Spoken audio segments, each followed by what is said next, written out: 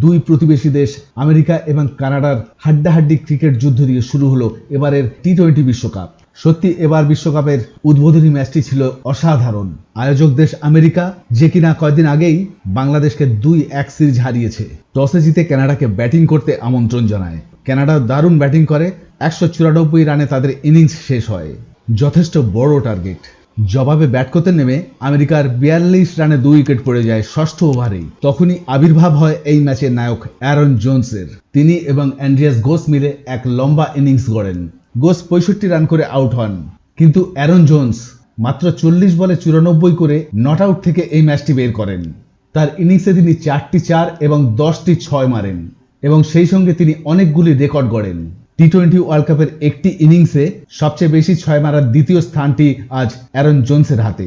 11টি 6 মেরে প্রথম স্থানে আছেন ক্রিস গেল, আর 10টি 6 মেরে আজ অ্যারন জোন্স দ্বিতীয় স্থানটি পেলেন। এবং টি-20 বিশ্বকাপে নন ওপেনার হিসেবে রান চেস করে সবচেয়ে বেশি রান, আজকের এই 94 রান এখনো পর্যন্ত সবচেয়ে বড় রান। এই রেকর্ডটিও আজ থেকে অ্যারন জোন্সের হাতে।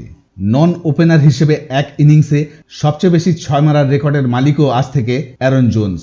আজকের এই ইনিংস শেষে তিনি আজ কতকগুলো রেকর্ডের মালিক হয়ে গেলেন চিন্তা করুন। তো কে এই অ্যারন জোন্স? আমেরিকার নিউ ইয়র্কেই তার জন্ম, কিন্তু অ্যারন জোন্সের মা বাবা আসলে বার্বাডোস থেকে এসেছিলেন। তো ওয়েস্ট ইন্ডিজের হয়ে খেলার স্বপ্ন নিয়ে তিনি ওয়েস্ট ইন্ডিজের ঘরোয়া লিগে খেলতে শুরু করেন। 2017 তিনি বার্বাডোসের হয়ে ফার্স্ট ক্লাস ডেবিউ করেছিলেন, অর্থাৎ ঠিকঠাক পথেই তিনি এগোচ্ছিলেন। সবকিছু ঠিকঠাক থাকলে তিনিও ওয়েস্ট ইন্ডিজের হয়ে খেলতেন। সেই সময় তিনি Nicholas Pooran, Shai Hope, Jason holder এদের সঙ্গে খেলতেন।